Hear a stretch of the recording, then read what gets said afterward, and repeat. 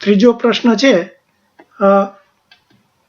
સમાંતર બાજુ ચતુષ્કોણ કેને કહેવાય? એ પણ આપણે શીખી ગયા છીએ, છતાંય ફરીથી જોઈ લઈએ કે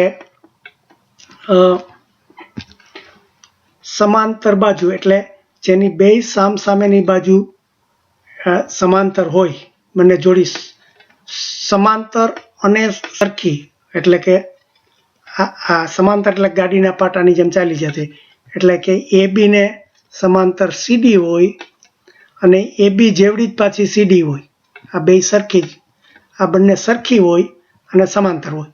એવી જ રીતે આ જે બીજી જોડી છે, આપણે બીજી જોડી કે AD અને એની સામેની BC છે, એ બે સરખી હોય અને સમાંતર હોય, એટલે કે એ ગાડીના પાટાની જેમ ચાલી જાય છે.